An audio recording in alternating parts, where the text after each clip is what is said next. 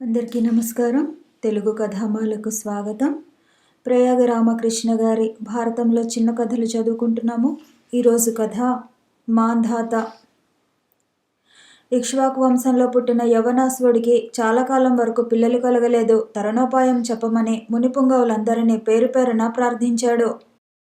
వారు ఇంద్ర దైవత యాగం చేయమని రాజుకు సలహా ఇచ్చారు. యౌవనాసుడు సంతోషించి యాగానికి కావలసిన సంభారాలన్నీ తెప్పించాడు. మునులు ఓ కలసం నిండా నీరు తెచ్చి ఆ ఉదకాన్ని మంత్రించి యజ్ఞశాలలో ఒకచోట భద్రంగా ఉంచారు. యాగం పూర్తయ్యాక రాజపత్నుల చేత మంత్రజలాన్ని తాగించాలని సంకల్పించిన కారణంగా మహర్షులు ఆ చషకాన్ని భద్రపరిచారు. ఒకరోజు రాత్రి రాజుగారికి విపరీతంగా దప్పిక వేసింది. ఆ సమయంలో అందరూ గాఢ నిద్రలో ఉన్నారు. నిద్రపోతున్న వారిని లేపటం ఎందుకని రాజుగారు స్వయంగా మంచినీటి కోసం వెతికారు. యాగశాలలో ఒక మూల కలసం నిండా నీరు కనిపించింది. కలసం ఎత్తి చుక్క కూడా మిగల్చకుండా గటగటా తాగేశారు.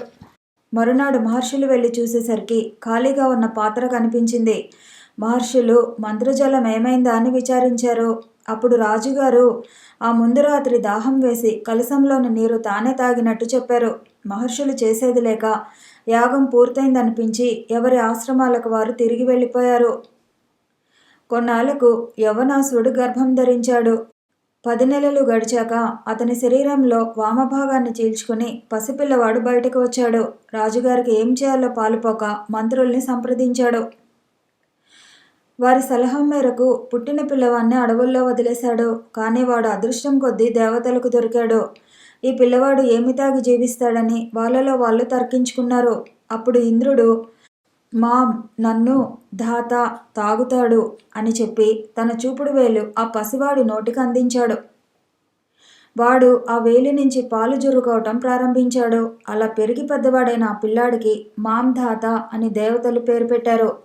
మాంధాత దేవతల కనుసన్నల్లో మెలుగుతూ సమస్త వేదాంగాలు, శాస్త్రాలు, ధర్మ పురాణాలు ఆమూలాగ్రం నేర్చుకుని ముల్లోకాలకు పూజ్యుడైనాడు.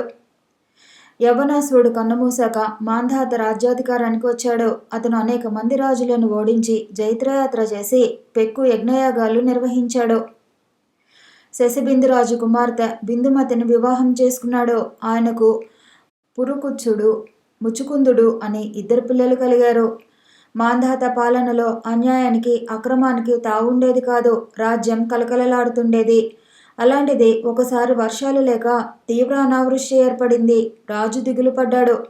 అడవులకు వెళ్ళి అనావృష్టికి కారణమేమిటని మునులను ప్రశ్నించాడు. మునులు ఆలోచించి, ఓ రాజా, అన్ని యుగాల్లోకి కృతయుగం ఉత్తమమైనది. ఈ యుగంలో ధర్మం 4 పాదాల మీద నడుస్తుంది. విఘ్నులు మినహా మరెవరూ తపస్సు చేసేందుకు ఈ యుగంలో అర్హులు కారు. కానీ నీ దేశంలోనే ఒక సామాన్యుడు తపస్సు చేస్తున్నాడు. అందుకే మేఘాలు వర్షించటం మానేశాయి. వెంటనే నువ్వు వెళ్ళి అతన్ని శిక్షించు. అరిష్టం తొలగిపోతుంది అన్నారు.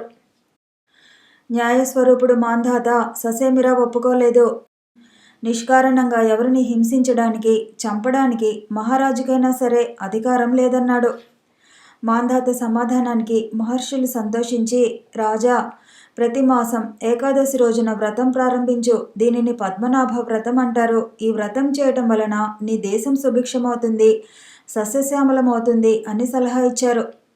మహర్షులు చెప్పినట్టే మాంధాత ఆ వ్రతం చేశాడు. మేఘాలు వర్షించాయి. నేల తల్లి పులకించింది. పంట సిరి ప్రసాదించింది. కురుక్షేత్రంలో మాంధాత చేసిన యాగాలకు లెక్కలేదని చెబుతూ రోమసుడు ధర్మరాజుకు అతని జన్మ వృత్తాంతం వివరించాడు. మరొక చిన్న కథతో మళ్ళీ కలుసుకుందాము. ఈ వీడియో నచ్చితే లైక్ చేయండి, షేర్ చేయండి, కామెంట్ చేయండి, ఛానల్ని సబ్స్క్రైబ్ చేయండి.